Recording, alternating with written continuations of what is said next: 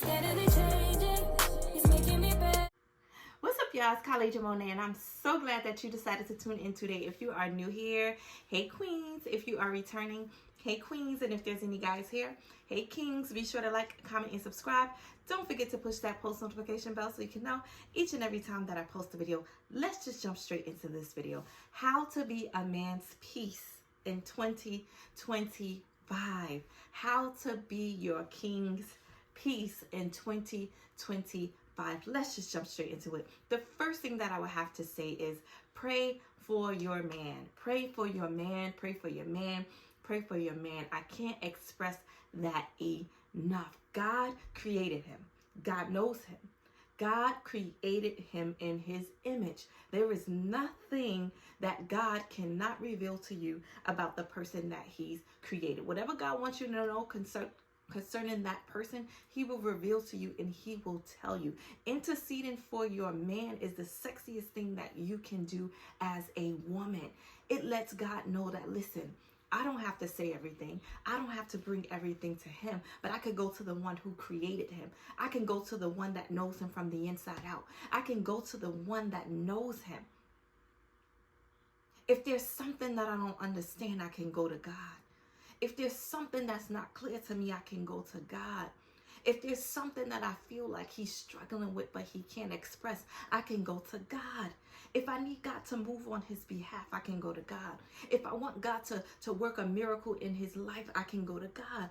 If he's doing something that I feel like he can be better in or he can be strengthened in, I can go to God because God is the one that created him. This is the person that God created, and he is leading me. He is leading our family. He is leading our home. So, of course, I want to cover him in prayer. Of course, I want him to be well. Of course, I want his heart to be well. Of course, I want him to be mentally stable. Of course, I want him to be the best father that he can be. Of course, I want him to be the best businessman that he can be. Of course, I want him to be who God has created him to be. And a part of me doing that is going to the one that created him. A part of bringing peace in my home is going to the one that created him because he can help me with anything. God can help you with anything concerning your relationship. God can help you with anything in your life. And there is nothing that's too hard for God. So if there's anything that you want to go to God concerning your marriage, I promise you he'll help you. I promise you he'll guide you. I promise you he'll send the necessary tools and resources and strategies that you need so that your man is getting what he needs, so that your man is being strengthened, so that your man is feeling like the king that he is. The next thing that I would have to say is communication. Communication is so important. Communication is so important, and you have to understand that everyone is different. Everyone have different communication skills. Everyone communicates different, whether it's because of how they was raised and their upbringings and just their environments and people that they've been around. Everybody's communication style is different. Does that mean that because it's different is not right, or because it's different is just so wrong? No, it doesn't mean that. It just means that this person may have a different communication style than I do. Does that mean that I judge him because he doesn't communicate like me? No, that means I dive a little deeper. I dig a little deeper. I understand where this person is. I hear this person. When this person is talking, I am listening. When this person is speaking, I am listening. A part of effective communication is being able to listen. Just like you want to be heard, ladies, he wants to be heard too. He wants to be heard too. He has feelings too. He has thoughts too. He has emotions. He has things that weighs him down. He has things that troubles him. He has responsibilities. He has expectations. So being able to listen. The Bible tells us to be slow to speak and quick to listen. It don't just say that for no reason. But that is a tool, that is a strategy, that is something that will help us in our everyday walks. And not just in our relationships, but in our lives. In our lives. In our lives. Being quick to listen. Hear him. Hear what he's saying. Hear why he's saying it.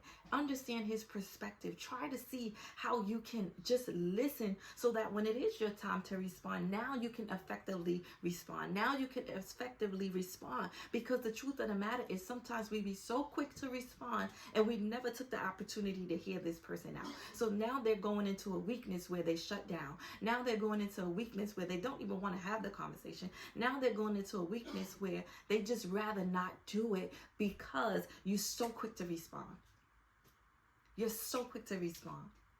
If we can be more quick to just listen and hear our spouses and what they are saying, that ultimately brings peace into our homes. That brings peace to our man. That brings peace to our lives. And guess what? If he's peaceful, you're peaceful. If he has peace, you have peace. If you are contributing to the peace, you have peace. You don't want to be the only one that's talking. You don't want to be the only one that's getting your feelings out and heard. You don't want to be the only one that thinks that what you're saying is the only thing that's important. What he is saying matters. What he is saying is important as well. You're not the only one that's feeling. You're not the only one that's thinking. You're not the only one with expectations. You're not the only one that's going through something. He goes through things as well. And we have to be conscious. We have to be conscious and know that yes, we're in a relationship. And we want to do our very best to be intentional about our relationship. Be intentional with everything that we do. And that includes listening. Listen and hear him. Listen and hear him, because trust me, if you listen and hear him, that will ultimately help you to better navigate where you are, or what proper resources and tools that you need, so that it can not just help you, not just help him, but help everyone as a whole. Help everyone as a whole, because if he's well, you're well. If his mental is good, your mental is good. If his mental is stable, that ultimately, you're a reflection of him. You're a reflection of him. You're a reflection of him. So if he's blossoming, you're blossoming. And that's how you have to look at it. God made you one. When you said I do, when you became one with your man, that's just what that means. You are one. You are one. Stop thinking about it as him and me and this and that. You are one. So if you are whole, you want your man to be whole too. If you are well, you want him to be well too. And effective communication will bring peace to that man. The next thing that I would have to say is trust. Being able to trust the person that you are with. Being able to trust your man. You do not have to be with your man 24/7, ladies. You do not have to go everywhere he go and feel like you got to be right on top of him. Granted, if he wants that, be that, do that. If that works for you guys, do that, be that. But if not, don't feel like you have to be there. You have to always be with him 24/7. Give him the space and the time that he needs to do the things that he needs to do by himself. And that's okay. That is okay. That is okay. You may have not trusted in your last relationship, but don't bring that into your new relationship. If he haven't gave you a reason to not trust him, then you should be trusting him. You should be trusting him. Okay, baby, I'll see you later. Okay, love you. Call me when you get there. You know what I mean? You can do all those necessary things, but that does not necessarily mean you have to be with him every second of the day. Give time to miss him. Give him time to miss you. And guess what? If you're feeling like you're having a moment, text him. Text him, I can't wait for you to get home. I'm waiting for you when you get home. I'll be here when you get home. I love you. How are you doing? Are you okay? I'll see you when you get home. Drive safe. So do all of those things. If you feel like you are in a situation where you're just having a moment and you just want to, speak to him or whatever, send him a text. Send him a text. Send him a sweet text. Send him a loving message. Let him know you're thinking about him. And leave it as that.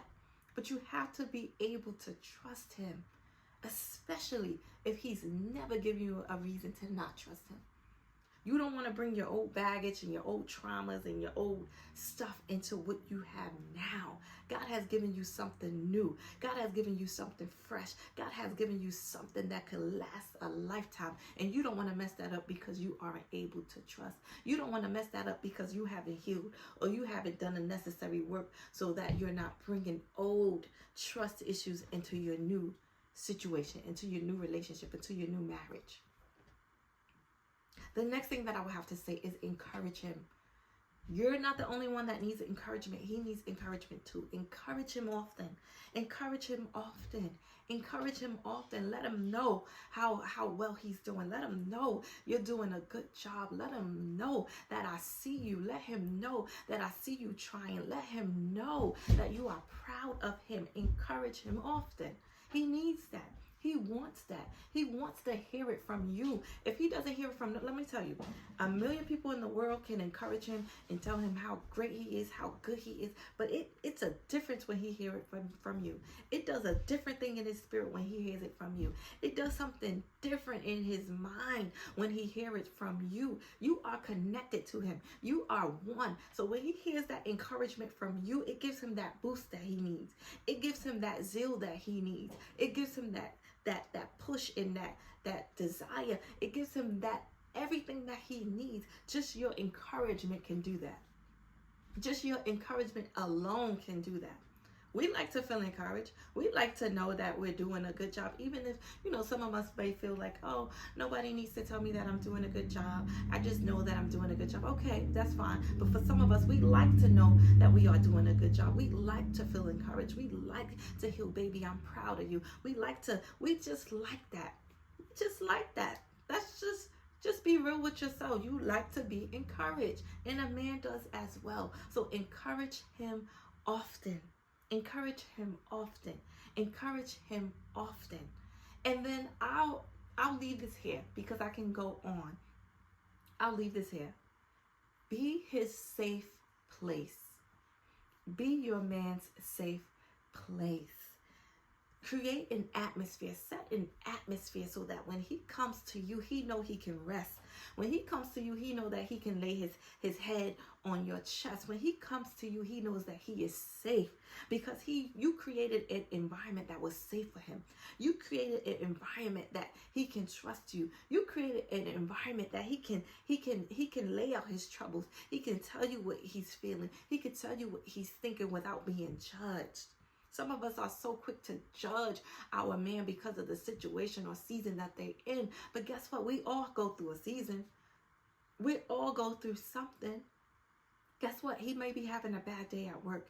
He might just got into it with someone on his job. He might just be feeling in a mood because of anything.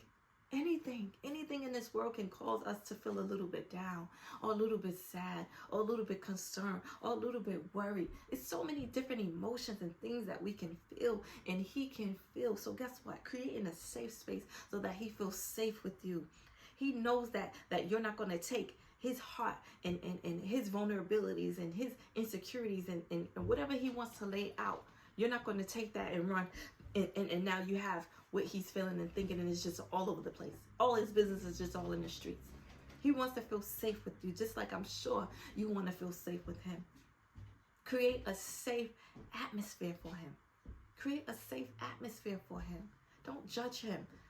A part of creating a safe atmosphere is not judging.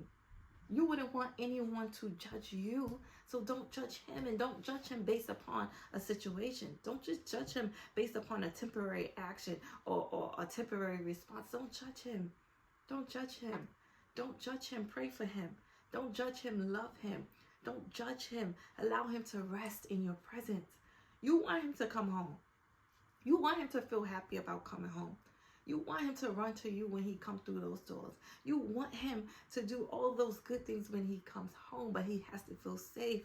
He has to feel loved. He has to feel wanted. Allow him to feel wanted. A safe place is a wanted place. A safe place is a caring place. A safe place is a loving place.